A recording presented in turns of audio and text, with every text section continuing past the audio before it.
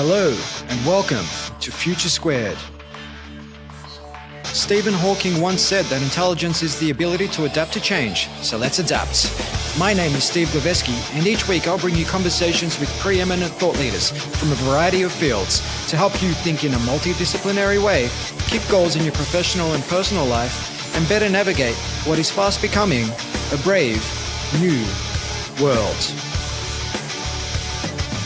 Future Squared is brought to you by Collective Campus, an innovation accelerator that works with organizations to unlock their people's latent potential to create more impact for humanity and lead more fulfilling lives. If you need help driving your organization's innovation strategy, visit collectivecampus.io. And without further ado, come with me if you want to live.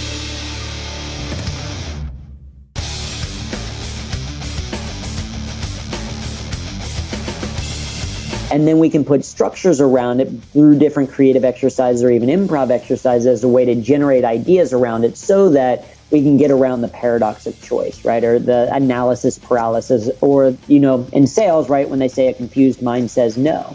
If we have too many options, whether that's in sales or in the creative process, it becomes a lot harder to make movement. So by following some of these principles from improvisation and adding a little bit of structure to it, we can actually be more creative, be more innovative with solutions that we can actually implement.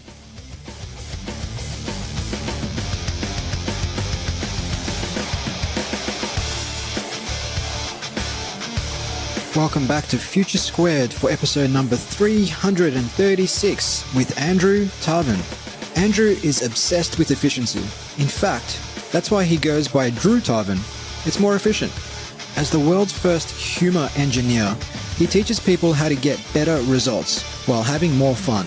Combining his background as a project manager at Procter Gamble with his experience as a stand-up comedian, he reverse engineers the skill of humor in a way that is practical, actionable, and gets results in the workplace. Through his company Humor That Works, Drew has worked with more than 35,000 people at over 250 organizations, including Microsoft, the FBI, and the International Association of Canine Professionals. He is the best-selling author of 3 books, including Humor That Works, The Missing Skill for Success and Happiness at Work. He's been featured in the Wall Street Journal, Forbes, and FastCompany, and his TEDx talk has been viewed more than 4 million times. Having recently ventured down the stand-up comedy open mic circuit rabbit hole in Melbourne, this was a timely conversation and one that I really, really enjoyed. Andrew drops a hell of a lot of value bombs in this conversation, including 1, how to make work more fun, 2, the power of constraints in humor and innovation, and 3, how to reframe your relationship with failure so that it empowers you rather than inhibits you. With that, please enjoy my conversation with the one and only Drew Tarvin.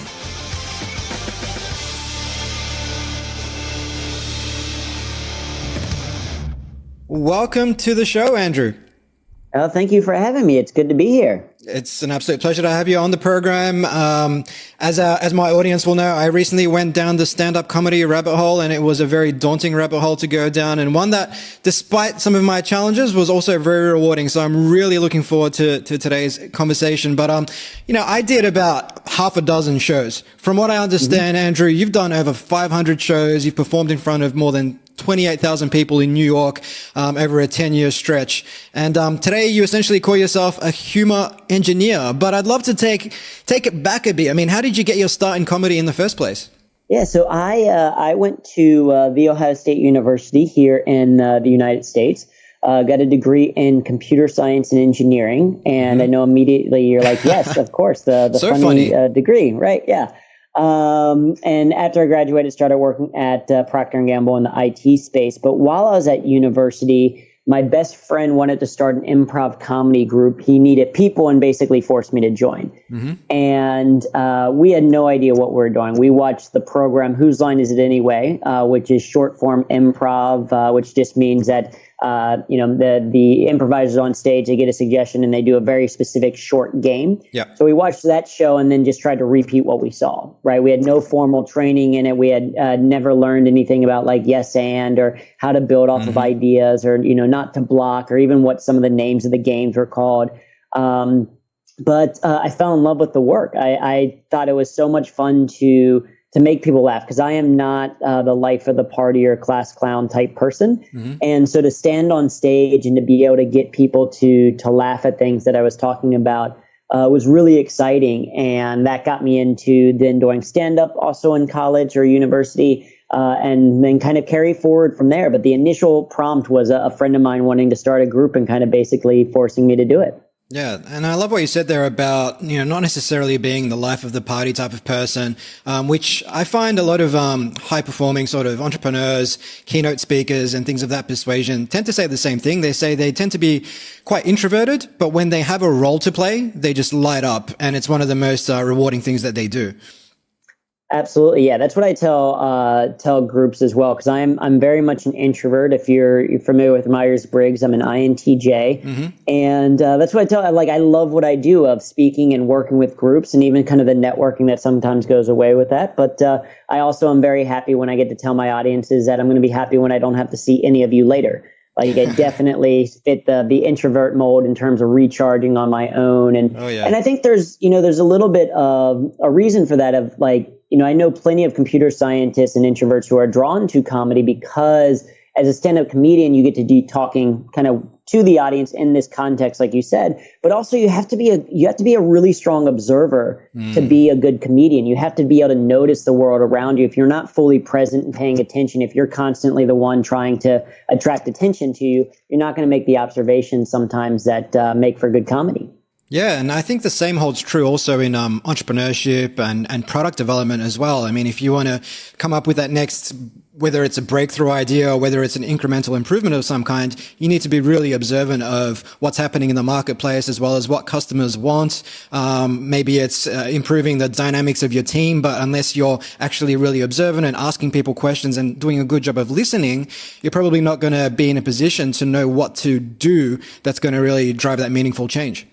Exactly. Yeah. And I think there's a lot of great parallels. And this is obviously, part of the work that we now do at my company, but there's tremendous parallels in terms of what you can learn from improvisation and stand-up that apply, not even using humor, not even trying to be funny in the workplace to get specific goals, but just the skill set that you're building of being able to pay attention and articulate ideas in an interesting way, getting people to pay attention, remembering those things longer, etc. So there's tremendous benefits to exploring humor, and I'm sure you felt it as you went down this rabbit hole of stand-up comedy that have nothing to do with being quote unquote funnier. Yeah, and one thing I did find is, and one thing I'm a big advocate of, is putting yourself out of your comfort zone and, developing a stronger relationship with adversity. Particularly if you're going to be an entrepreneur, you will face inevitable setbacks and challenges and dark days as you try and, make your way to something resembling product market fit.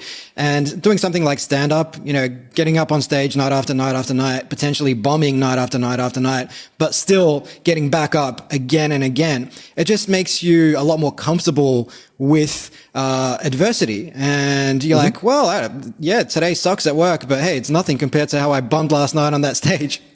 Exactly. Yeah. Stand up is to me, I think, one of the hardest forms of public speaking you'll ever do. So if you get comfortable doing that and you practice some things, then when you're giving a presentation or even a pitch to potential clients or potential investors, it becomes a lot less nerve-wracking because you're like, oh, the bar, I don't have to try to be funny here. I actually have some slides. I have great content. So it's basically, stand-up can, for some people, be kind of the weight room of them working on some of these social or communication skills. Yeah. And I think another really pronounced sort of parallel with the world of entrepreneurship and innovation is that what you think is funny and what the audience thinks is funny are two different things, or can be two very different things, which is kind of like an entrepreneur who thinks, I've got the best idea in the world. I'm going to go out and build it and spend $50,000 and then, launch a huge marketing campaign. And then it's basically crickets. And the idea of failing small by getting up at, say, open mic night for a 4-minute set, bombing, but ultimately getting some feedback from the crowd and tweaking it the next night and then the next night and then the next night and then slowly but surely getting just that little bit funnier over time. I guess the same applies in entrepreneurship, where it's about taking a lot of small bets with your idea rather than one big bet and, basically betting the whole farm on one idea that's essentially untested. Absolutely. Yeah. Comedy is very much, there's a lot of parallels, and it's very similar to, say, software development or the iterative approach. Like you said, rather than like writing out this perfect long 60-minute special and, releasing it to the world and it's going to be perfect, even the greatest minds, the greatest comedians are always testing that material because they don't know right away. They need to do that user research basically through laughter. And that's what's interesting about comedy, is that in some ways it's simple. The question of whether or not something is funny is, well, did it make someone laugh? The same thing of, is a business or a product successful? Well, does it get people to buy? And so the sooner you can get some of that feedback in from people and get that feedback back, it helps you to kind of mold. And you might be like, oh, this is the funny thing right here. This is hilarious. And that gets crickets. But something else that you say kind of almost offhand, it gets a big laugh. And that just means, oh, okay, let me explore that further. And that's what they teach in improv, is kind of follow the funny in a way of like, if you're attuned to what's happening in an improv scene, what made people laugh? And the UCB methodology, improv school here based in New York and LA, says, if this is true, what else is true? Okay, whatever made people laugh, if that was true, how can you heighten that and explore that in another way? And it helps to demystify some of the process. And I think that the same is true for success. People are like, well, how can you be successful? Well, you can break it down in these component parts and realize, one, it's a tremendous amount of work. Some of it's luck, but two, it's feeding it back into the system. And like you said, having these smaller approaches as opposed to releasing one big thing at a time. Yeah. And I think, what you said there about even the most seasoned comedians, they're still testing their material and oftentimes they still bomb. And I was over at the Comedy Store in LA a couple months ago and I saw some comedians who have Netflix specials performing at 1 a.m, testing out new material and just bombing. Like every single joke just did not land, but they were cool with that. I mean, they were just honing their craft. And, I listened to guys like Kevin Hart and Joe Rogan talk about how they put a 1 hour Netflix special together, and it can take them about 2 years of trial and error and playing small gigs to theaters and eventually testing the material at arenas, and still might go on to tweak it some more because it is just this long iterative process. But again, it's about applying those principles that you've been alluding to around finding the funny. So I guess for people listening to this who might say, yeah, but Kevin Hart's a funny guy. Yeah, it might take him a while to put a set together, but he's naturally funny. I'm just not funny. What do you say to people like that? I think it's a great question because people kind of have that mindset, and it's my belief that humor is a skill. And if it is a skill, that means it can be learned. And so certainly people are going to have different levels of skill, right? It's just like playing music. Like if you can learn how to play piano, that doesn't mean you're going to be magically like a virtuoso, but you can practice it, you can get better. Same thing with communicating, all of these different things that we have as skills. And so I believe it's a skill, and that means that it can be learned. And what we say with our programs is that we can teach anyone to be funnier. Not necessarily across the board funny. Like you're not going to necessarily come to one of our programs and leave having a Netflix comedy special, but you'll have a better understanding. Exactly. Yeah. Oh, I would be raking in the dough if that were the case. But we can help you understand how comedy works. So some people come to our programs and they're like, I've always been kind of naturally funny and got people to laugh. But now I understand why I'm getting to be able to laugh. And so now I can be intentional about it. Or they're like, I never thought that I could do it, but I'm realizing that, hey, these are some things that I can practice and work on. And that's what happened with me. I was never, like I said, the life of the party or class clown. I was voted teacher's pet in school. I did, as you mentioned, I've done over 500 stand-up shows. I've done over 1,000 shows if you include improv and storytelling and spoken word. And I saw some classmates from primary and secondary school, and they found out that I did comedy, and they're like, but you're not funny. And that's because growing up, I wasn't that way, but it is something through improv, through stand-up that I've started to learn. Yeah. And I guess thinking about it from the perspective of our audience, many of whom work in big corporate and may have studied computer science, may have worked for organizations like Procter Gamble. Like you said, you were a IT project manager at Procter Gamble. How did that skill set, the skill set of, say, a manager, did that help you in any way when it came to your stand-up or to your honing your comedic craft? Yeah, it definitely helped both ways. So stand up certainly helped my experience as a project manager at P&G. It was a big reason, I think, why I got promoted because of the skill set that I have. And then absolutely the flip also worked where my project management background and my willingness to kind of sit down and see, see how to do comedy in this way, to break things down, to create work. Like I also just understanding your own behavior. Like I joke that I don't procrastinate, but I do believe in just-in-time productivity. And so knowing that about myself with like how I need to do projects at work, but then also knowing, oh, okay, if that's true for stand-up, then that means I have to book stand-up events, even if I don't know what it is I'm going to say yet, because then the fact that I'm going to that show will force me to write. Yeah. And in the exploration of both, particularly within improvisation, kind of learn that failure is just data. Right? Whether that's in the workplace or in improv, just like failure is failure if you've learned something. So as you go back and reflect, just as you would reflect on a project, you can reflect back on stand-up to say, okay, what worked? What didn't work? Why didn't people laugh here? I'm not taking it personal to yourself, not to say, oh, that means I'm not a funny person, but okay, the way that I'm presenting this information right now isn't getting the audience to laugh.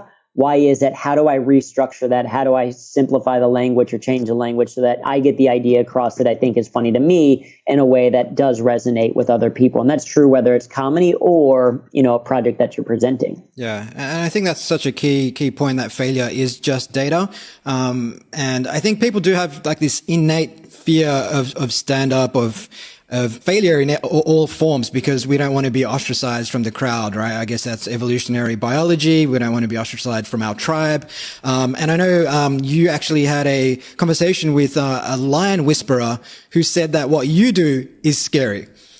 Yeah. So the story there is I was speaking at an event in Switzerland and I met Kevin Richardson, who is known as the Lion Whisperer. And he lives with lions. He raises lions in South Africa. From when they're really young for like lion conservation and things like that. He gets along with them very well. They treat him basically as one of the pride. And we're speaking on the same event. He found out that I did stand-up comedy. He's like, I could never do that. It's too scary. And like, that blows my mind that to this person that somehow living with lions was not nearly as scary as standing on stage in front of a microphone.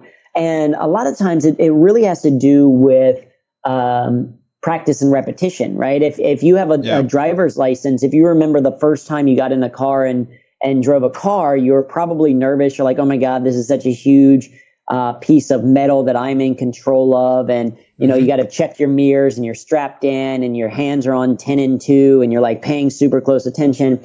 And then after practice and repetition, you get to the point where sometimes you're like driving home, you zone out a little bit and you like end up in your driveway and you're like, wait, how did I get here? Right? It's just that practice and repetition, that level of comfort. So the more we do things, the more comfortable we get doing them. Yeah. And I think, we're way more present when we first start to learn something as well, which I think can be quite rewarding too. I think it's easy to go through our days without really finding flow, particularly if you're doing a job that you don't necessarily enjoy. And a couple of years ago, I went down the learn to ride a motorcycle rabbit hole. And initially it was stalling the motorbike and being super, super present into everything that I was doing, completely locked in. But then the more I did it, the better I got, obviously. And nowadays, like, I don't even think twice. And it is very much what you just said there. I'll ride my motorbike to work, for example. And it's like, oh, I did not have the slightest iota of anxiety throughout the entire ride. In fact, my mind was wandering and thinking about all sorts of things except riding the motorbike, which perhaps may be dangerous, but that's basically what happens. Yeah. Well, and that's the beauty about humor is when you start to develop an eye for humor, or you start to force yourself to do it a little bit more, what you see changes. So, I've been on this recent kick of learning more about the reticular activation system, which is RAS, which is basically the idea that once you become knowledgeable about something, you start to see it in the world a little bit more. So, a common example is, if you get a motorbike and you get a very specific motorbike, you'll start to notice that motorbike more in the world around you. And it's not that there's suddenly more of them out there, but more that you are now paying attention to them. In the past, when your mind has just kind of ignored them, it's now standing out to you. And the same is true for humor. As you start to develop an eye for it, and as you create what many comedians create, which is a humor notebook, right? Somewhere where that you can write down any observations that you have, anything that makes you go, that's kind of interesting. The more you start to do that, maybe you're writing stand-up or doing a little bit of improv, the more you start to notice the world around you become a source for material. So sometimes people are like, oh, where do you get your material from? You get it from your life that happens to you. It's not that funny things happen to funny people. It's that funny people see the world in a funny way. And that's anything that's something that anyone can start to learn and build when they start to create kind of like a more attuned perspective for it. Yeah, I think that's a great point in terms of, funny being everywhere. And I did the Steve Martin masterclass online as I was exploring this whole world. And I think that was chapter 1, funny is everywhere. Most people think it's something that's innate, but you can see it everywhere. Even this morning, as I was making my way to the office, waiting for the pedestrian light to go green so I could cross the road. But what I observed was a person just madly pressing the button like 20 times, thinking that would make it go green faster or something, that would make the car stop, right? So just observations like that, I'm sure you could turn that into a joke very, very quickly. But it's just being observant of that. And the more you are observant, the more that will become sort of your default setting, that you will just see the funny in everything rather than just see some sort of, suppose, mundane thing that a person is pressing a button to get across the road.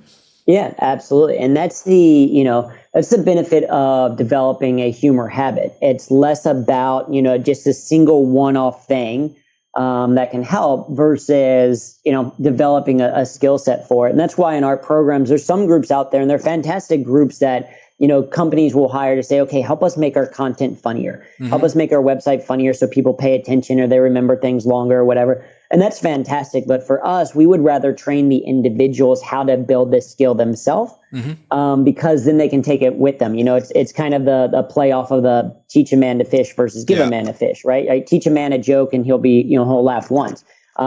Teach a man how to joke and they can, laugh the rest of their life. Yeah. And so on laughing the rest of our lives, I mean, you've released a new book this month called Humor That Works, The Missing Skill for Success and Happiness at Work. And your book essentially opens by declaring that humanity has a desperate need for humor and to essentially, like you said, laugh our whole lives. Why is that? I think that how we work has changed, and we are still kind of in a mindset of the Industrial Revolution where an obsession with efficiency made sense, right? Because if you think about the earliest uses of the word productivity, it was all about how much could you harvest. And that was when we became farmers, that became, we had to cook food so that we survived. And the more food that you could create, right, the more food you could produce, the more likely you were to survive, and then also wealth and everything came from that. From that kind of spurred the Industrial Revolution, where it then became about efficiency in the factories. Like, how do we, produce as many widgets as possible for the least amount of cost? And the problem is that we now live in more of a knowledge economy, and we know that people's emotions affect their ability to be productive in the workplace. Because now you're going into a meeting and you have to be you have to be creative maybe in that meeting, or you're going into a sales session where emotional intelligence and empathy is really important. And if you are stressed out because of something that happened at home, or you're stressed out because you've been too efficient and actually haven't relaxed at all, then you're not going to be as effective as you could, right? So there's this difference between being efficient, which we can do with computers and tasks, versus being effective, which is what we have to do with people. And the reason why I say it's a desperate need is if you just look at the studies, some of these are based in the US, but I think it's true kind of around the world that 83% of employees are stressed out at work, 55% are unsatisfied with their jobs, 47% struggle to stay happy. In the US, it leads to 70% of workers being disengaged, and the US economy loses about $500 billion in lost productivity every single year because of that disengagement.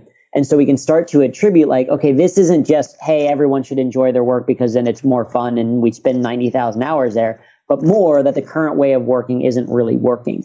Yeah. And so the desperate need for humor is to change to say, hey, because work-life balance is no longer a thing, because the 40-hour work week where you leave the office and never even think about work again no longer exists. We're thinking we're sending emails over the weekend, or we're thinking about work the next day, right? It's more about this integration. It means that our relationship with work has to change as well. Yeah, rather than seeing it simply as something that's transactional, it is more about that integration of work and life, like you said. And I think that's also, it's a slight nuance, but people have for so long talked about work-life balance, but integration is really a totally different thing.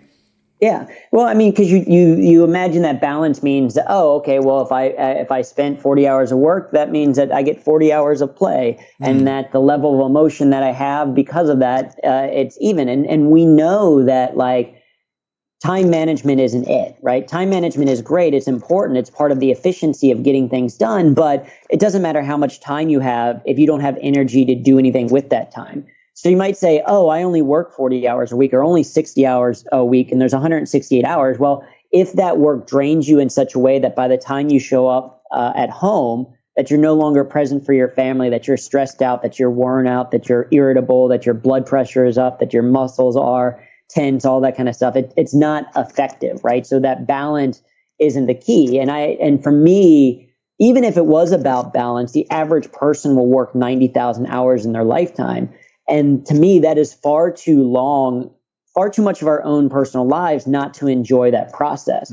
Just to write things off as to say, okay, I'm going to, 90,000 hours is about 10 years, 24/7. To say, I'm going to write off 10 years of my life of just, I'm hating it just because that gives me money to do the things that I want. For me personally, that's not a sacrifice that I'm willing to make. I'm like, okay, if I'm going to do those 90,000 hours, I might as well have fun while doing them. Yeah. And I guess what we're saying here is that humor alone isn't the antidote for workplace stress. It is one factor or one tool in the tool belt, essentially. I mean, I imagine others would be doing work that is meaningful, having autonomy in your work, a workplace that's devoid of office politics, the nature of your work being enjoyable, and I suppose spending more time in deep work rather than shallow level tasks like responding to email all day. Yeah, I think that's a big part of it, but I think some of those things are a little bit more challenging because you don't always control them, right? You don't necessarily control the personalities in the workplace. You don't always control the assignments that you've been given. You have an input to it, but you can control your use of humor. And that's a big thing that we talk about. And it's a belief of mine that you are responsible for your own happiness. Yep. And a lot of times people think, oh, well, if you do a job that you love, you're incredibly fortunate and you're one of the few. And I agree. I feel fortunate that I found a job that I absolutely love to do, but I've also enjoyed every single job that I've had. And so for the people that haven't found their passion of what it is that they want to do and built it into the business, they can still also find ways to enjoy what they currently do. And what I love about that as an engineer is when you find ways to enjoy your work more, you actually tend to do it better. And for me, training people on humor in the workplace isn't about we spend 90,000 hours, we should have fun, but hey, by doing it, you're going to be more effective with the hardest resource there is to be effective with, which is other humans. Yeah, no, well put. And just last night, I was actually reading a new book by Eric Schmidt and a couple of co-authors called $1 Trillion Coach, which is about Bill Campbell, who was a legendary coach of guys like Steve Jobs and Bill Gates in Silicon Valley. And I'll just read out a passage now. Eric Schmidt understood that there's a direct correlation between fun work environments and higher performance, with conversation about family and fun, what academics might call socio-emotional communication being an easy way to achieve the former. And I know in your book, you've put together a number of humor strategies, and number one is around play work. So with respect to what Eric Schmidt there at Google talked about, which was essentially about just showing genuine interest in other people. And what they would do, they would have they'd call it trip reports, where if they had a meeting on a Monday morning, they would spend, say, the first 15 minutes really, really understanding what the other person did on the weekend. What did they learn? What was something exciting, rather than just the usual, how was your weekend? Good. Yours? Great. But it was really about having a conversation and telling some stories. And they found that would just build that team camaraderie and make work more fun and put people first, and essentially not the business second, but if you put people first, then the business succeeds as a result. Yeah, I agree. And I think it's funny because we, as psychologists and socialists and things like that, we put interesting phrases on it, like the socioeconomic conversation, or kind of what you shared there. There's also a term within kind of what we do called strategic disengagement or strategic renewal.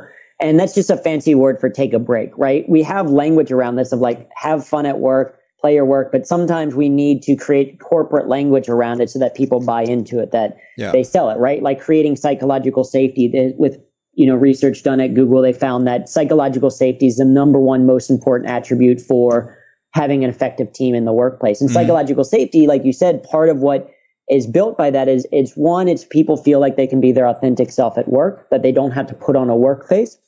And two, that if they make a mistake, they won't be made fun of or reprimanded. So, the example shared there of where they would really truly get to know someone about what happened in their weekend and connect as human beings, that helps to create, fancy term, psychological safety, which means treat each other more as humans. I think that in the workplace, we tend to forget that sometimes. Like, we label people as resources. Mm-hmm. And as a project manager, I did this. I had a list of resources. And so just as like the raw materials that I had, or the project plan with all the computers and things that we were going to use, I had a list of human resources. And when we think of people as resources, we sometimes forget that the other person on the other side of a phone call, or the other side of an email, or the other side of a conference desk is a fellow human being, right? With human emotions and human dreams and a human life at home. Yeah. And when we forget that, we start to treat them like computers. But when we remember that and we remind ourselves of that humanity, we tend to work better as a team, because then maybe we assume positive intent. We recognize that if an email is late from someone, it's not that they secretly hate us and we're going to get all riled up about it, but maybe that in fact they have a sick child at home. So I guess if I'm a leader listening to this and maybe reflecting on my own workplace and saying, well, it's probably not as fun as it should be, and maybe I need to do something to make it a little bit more fun. How does a leader go about promoting fun? I think it's a great point, because the number one reason, at least according to a study that we ran with more than 700 people, the number one reason why people didn't use humor in the workplace was because they didn't think that their boss or coworkers would approve. Mm-hmm. And so they have this feeling that, work has to feel like work. And because if it's not a normal part of the culture, then, people start to think that it's unwanted. So if you want to create more of a culture of humor, if you want to promote, one of the strategies for under leadership is around promoting fun.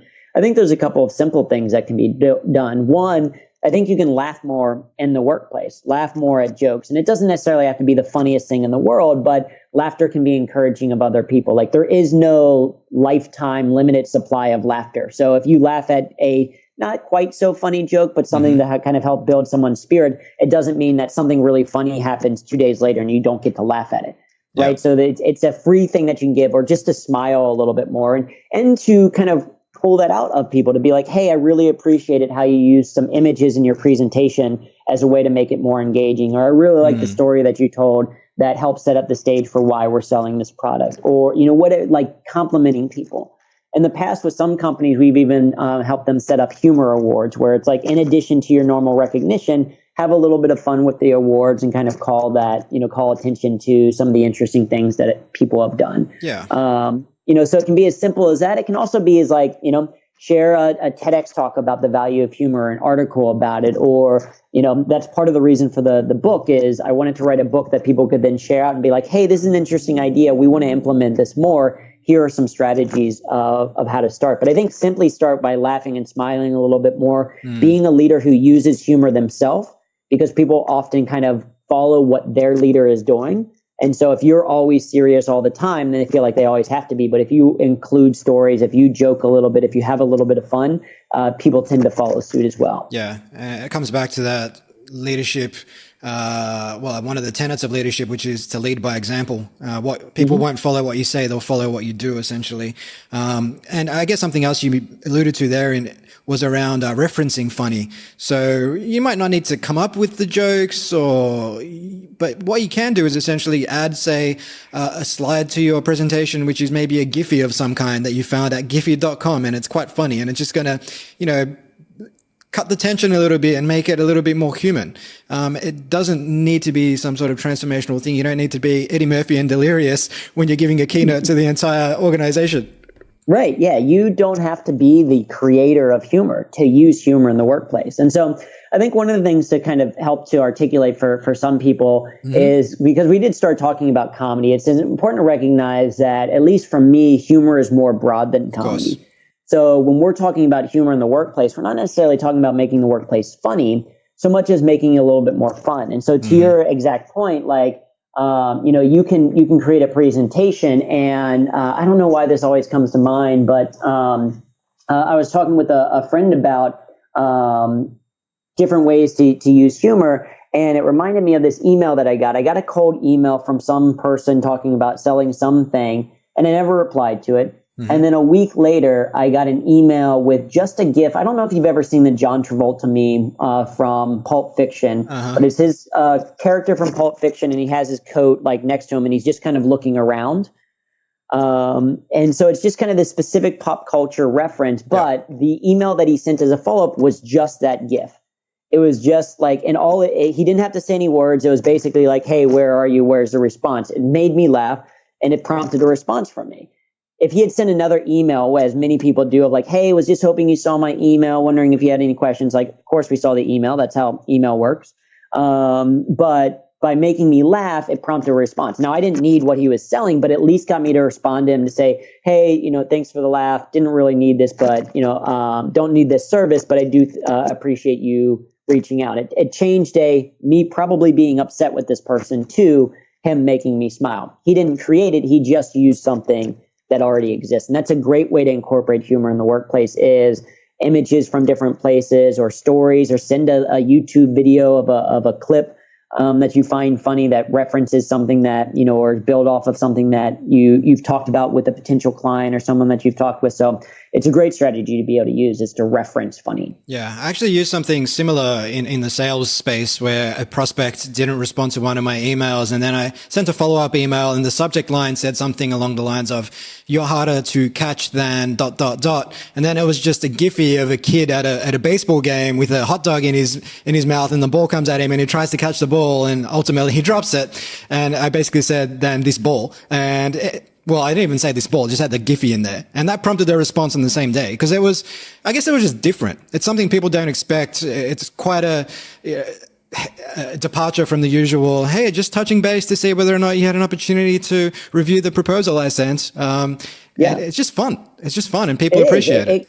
It gets their attention. And I was, doing some work with IBM and some of their sales team. And one of the things that they kept on saying was that people buy from the first person to provide them value, right? If they're looking at different options for something, they're going to buy from the person that provides them value, whether that is value in the sense of like, hey, I ran this free diagnostics of your website, or, whatever it is that you happen to be selling. Humor can be part of that value that you provide. Like, hey, it made me like this person a little bit more. I recognize if I'm going to have an interaction with them, it's probably not going to be boring. I want to reward them in some way because they made me laugh, and I at least want to pay attention. Like, I was talking with a friend who does a lot of sales training, and he was saying he met a guy who would start all of his cold sales calls with, hey, this is a cold call. If you want to hang up now, go ahead. And he said it would make people laugh. And he's like, certainly people still hung up on me, but a lot more stayed on the line a little bit longer because I got them to laugh. And by getting them to laugh, I showed that I understood them, that I had done a little bit of research, that I recognized that it wasn't necessarily the most pleasant thing in the world, but that I am kind of insinuating or suggesting that at least if we continue the conversation, maybe you don't buy, but at least you'll have a little bit more fun in the process while you're listening. Yeah, it's funny, but it also shows some respect for the other person's time as well. I've had many cold calls just jump into their sales pitch without at least asking me, hey, is now a good time for a quick chat? Just assuming that I am just a sitting duck waiting for this phone call. So I think respect and humor can go a long way. Absolutely. Some of the other parallels that I've hit on, for example, in your book, one is around improvise innovation, which is one of the 10 humor strategies you've put forward. What is this, and how does it apply to humor? Well, the way that I think about it is improvisation is a fantastic tool. I believe that, every student, when they go through university or even earlier than that, I think that one, they should take a programming class, because you learn resource allocation and problem solving and strategic thinking and all that. And I think everyone should also take an improv class, because you learn human skills that way, and you get a chance to practice some of those skills. But what you realize in improv is a lot of times people think that creativity, innovation, etc., it's one that it's, this magical, mystical muse that it's, you don't necessarily even know how it happens. And you have this random thought randomly at this one time, and everything had to conspire perfectly in the universe for it to happen. And the reality is that that's not usually the case. And certainly it sometimes happens in what's called a creative pause, when we're not actually thinking about it, when we're on a run or in the shower, we have this idea, but that's because we're able to take a break from it. But creativity in general benefits from structure. It's not about being completely limitless and free. It's about being in a structured environment. So in improv, we know that because, if we're doing an improv show, we get a suggestion from the audience, and that serves as our inspiration of where we're going to start. And then we have this structure in what we do, whether it's short form games like, whose line is it anyway, like I talked about earlier, or specific long form structures. That structure helps it easier for us to be creative. And so when we're improvising innovation, we can draw some principles from improvisation as a way to use innovation. So we can first start with, okay, what's a form of inspiration that we can use, right? What can be our inspiration? Okay, maybe it's a problem that we're trying to solve. Maybe it's a complaint that we got from a customer and part of our feedback or our user research. Whatever it happens to be, that's our kind of starting point. And then we can put structures around it through different creative exercises or even improv exercises as a way to generate ideas around it so that we can get around the paradox of choice, right? Or the analysis paralysis, or, in sales, right? When they say a confused mind says no. If we have too many options, whether that's in sales or in the creative process, it becomes a lot harder to make movement.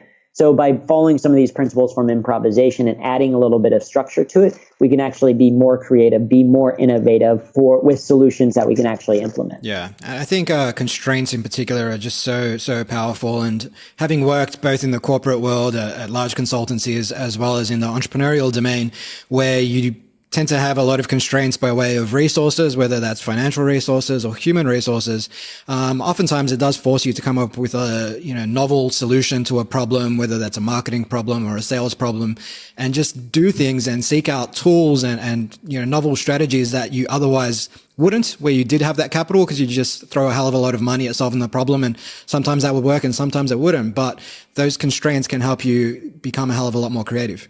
Yeah, and sometimes you can play with a little bit of both just to start to generate ideas. So you might say, okay, what would we do if we had $1 billion to solve this problem? Mm-hmm. And you generate some ideas around that, and it's like big and grandiose. And then you can flip the script and say, okay, what would we do if we had $0? If we had to do this with spending no money whatsoever? And it just changes your lens. So rather than thinking about all the possibilities, you get a little bit, we would really focus on this area. And maybe we would use try to create a organic search term and use a hashtag for it or whatever. And then now you can start to combine some of these ideas, pull them from different places and innovate, because that's what innovation is, right? Creativity is about finding unique connections, which is why humor is partially valuable for it, because humor is also about finding unique connections. Yeah. And that's why in one study they found students who watched a 30-minute comedy video were nearly 4 times more likely to solve a problem than students who didn't watch any video at all, because it's a way to warm up the brain. And you can do that with some improv activities by watching a comedy video or whatever, bringing it into the process for innovation. Yeah. And I think a couple of the other tenets that you want to pair these, whether it's a brainstorming session or something to that effect, would be out of the world of improv, yes and don't block. Yeah, yes and is a fundamental mindset of improvisation, and it's one that we use a lot because there's applications outside of even creativity. I think one thing to, we talk with people, and I work with a lot of creative people sometimes sometimes it's about teaching more engineer-minded people how to be a little bit more creative. And sometimes it's about teaching how to treat creative people to be a little bit more systematic in what they do and adding processes. And sometimes you have to remind people to yes and their own ideas, right? Often we think about yes and as like, okay, someone says something and you build off of it by saying yes and this. But we don't always yes and ourselves. Sometimes we sit down to start an idea or an email or whatever, and we start writing a little bit and we're like, no, that's not good enough, that's dumb. And we know that at least how kind of the brain works, and creative and critical being kind of separate processes in our brains, it's difficult for us to switch back and forth between them and get good results. Instead, as Hemingway supposedly said, but probably didn't, we want to write drunk, edit sober. Right? We want to build up some ideas first and then pare those down a little bit later. And then that's the iterative approach to what comedians do. They write a bunch of material, use stage time to then start to test what works. Yeah, fantastic. With the little time we have left, Drew, I'd love to throw you into our 3-question lightning round. Question number 1 is, essentially, with all the work that you've done in the space, I know you've worked with over 30,000 people across over 200 companies. If you could work for any organization, who would it be and why? So one of my bucket list companies to work for is NASA. Because I'm an engineer as a kid, always loved and dreamed about space and thought about it. And so certainly NASA, just in terms of the mission that they do, how they bring things together, I think, certainly I think humor can help with innovation and also with sharing their message. I think, some of the cool things that they're doing, we don't always know about. So would love to be able to work with them. Is the immediate one that comes to mind. And then also I'm still looking for, as an engineer, I love checklists. And I've worked with companies from every letter of the alphabet except for X, Y, and Z. So I would say, I guess, Xerox, Yahoo, and Zappos or something like that, because I just want to complete the alphabet for companies that I've worked with. Fantastic. Love it. Question number 2, if you could ask anyone a question, dead or alive, and it might be Ernest Hemingway, just to find out whether or not he actually said that quote, who would it be and what would you ask?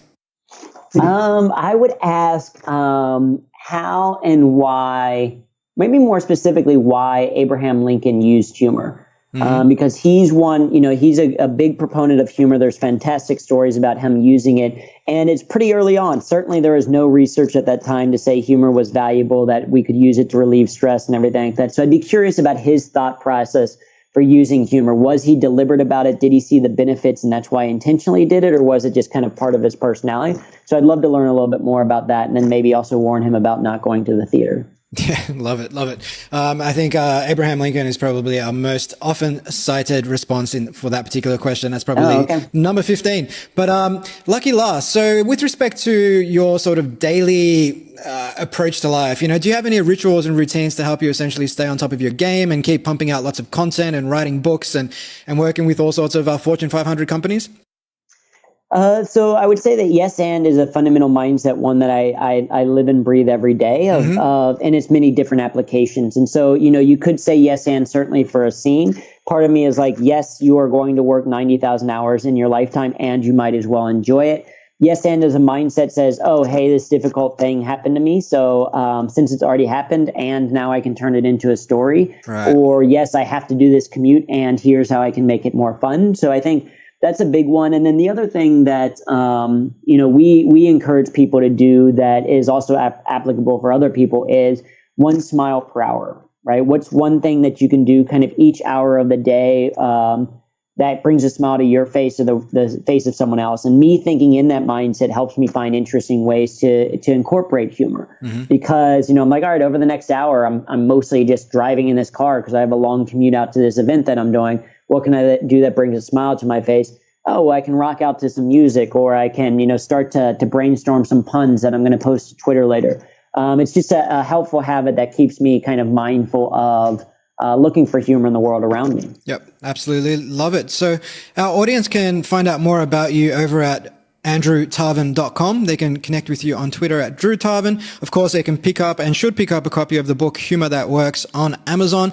And they can check out your numerous TED Talks over at TED.com.